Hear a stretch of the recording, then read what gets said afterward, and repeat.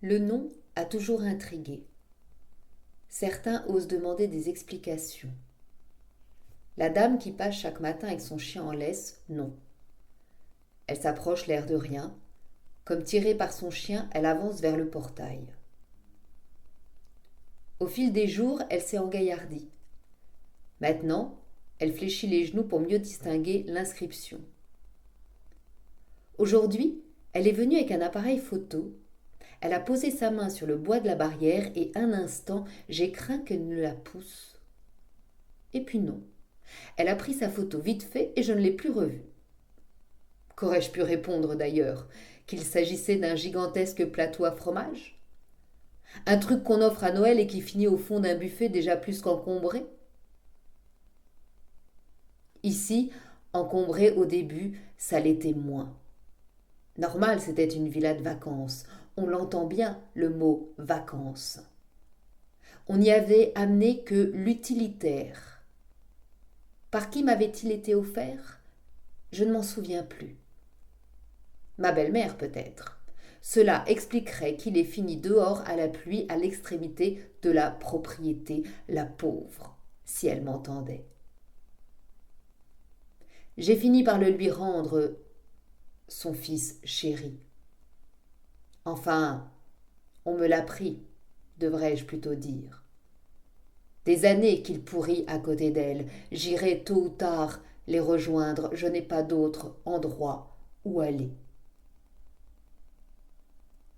Elle, ma belle-mère, s'invitait chaque été, et à Noël aussi, si on le passait ici. Pourtant, Antoine l'avait acheté pour nous deux, cette maison. On y fera notre nid. Chaque fois qu'on pourra s'échapper de Paris, et on y était venu souvent, dès qu'on pouvait. On se baignait chaque jour, quel que soit le temps. On n'avait peur de rien en ce temps-là, même pas des méduses. Ils en font toute une affaire aujourd'hui. Oui, le nom est mal gravé. Antoine a creusé le bois avec son opinel, une idée comme ça, avec ce qui lui tombait sous la main, et c'était fini. Il était comme ça, Antoine. 1000 idées à la minute, mais il fallait que ça aille vite. Il ne s'attardait pas pour rien, à fond, toujours. Et il en est mort. L'inversion des lettres et le E en trop, eh bien, quand il l'a vu, c'était trop tard. On n'avait pas davantage réfléchi au nous. On hésitait entre la volière, à cause de l'espèce de kiosque qu'avait construit l'ancien propriétaire pour ses oiseaux, mais Antoine préférait insérer le mot voile, à cause du club pas très loin, et aussi loup, un bout du petit nom qu'il me donnait. Et au final, ce n'était ni l'un ni l'autre, et c'était imprononçable. Ce qui nous a pris le plus de temps, c'est le sens du poisson. Je voulais qu'il regarde vers la mer, normal pour un poisson. Antoine, lui, voulait un poisson qui regarde vers l'avenir. On a failli se disputer. Peut-être même qu'on l'a fait parce qu'il est parti nager tout seul. Quand il est revenu, il a dit « On est bête, c'est toi qui gagne ». Maintenant qu'il est gravé, on n'a plus le choix. Il regardera vers la mer, sinon les lettres seront à l'envers. On a ri et ça a fini au lit comme d'habitude en ce temps-là. La sensation de l'amour, de son corps lourd sur le mien. Comment savoir qu'on fait l'amour pour la dernière fois avec l'homme que l'on aime?